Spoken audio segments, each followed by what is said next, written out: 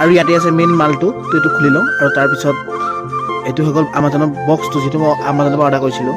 তো এইটো হৈ গ'ল GoPro 9টো, আৰু এইটো এতিয়া খুলি লওঁ আৰু আপোনালোকক দেখাই যাম বস্তুটো কেনেকৈ আহিছে মানে বস্তুটো।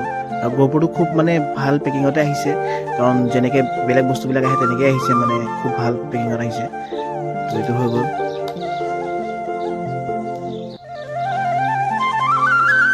আৰু মানে এৰুৱাই কিনি এনেকৈ ভাল লাগে ন, নতুন বস্তু কিবা এটা চিল খুলিব পালে ভাল, আৰু বাকী একো নাই।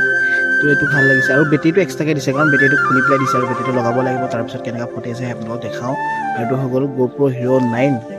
তো আপোনালোকক দেখাই দিওঁ কেনেকুৱা আহে ফুটেজটো। বাৰু মই আৰু মানে বেটেৰী খুলিবলৈ যিহেতু ঢাকনাটো খুলিব লাগে, এইটো ঢাকনাটো মই খুলিব জনা নাই। যিটো মোৰ আগতে GoPro 7 আছিলে, 7টোত মানে বেটেৰীটো বৰ বেলেগকৈ আছিলে, আৰু ইয়াতো বৰ বেলেগকৈ আছে। তো ট্ৰাই কৰি লওঁ, আপোনালোকক দেখাম তাৰপিছত।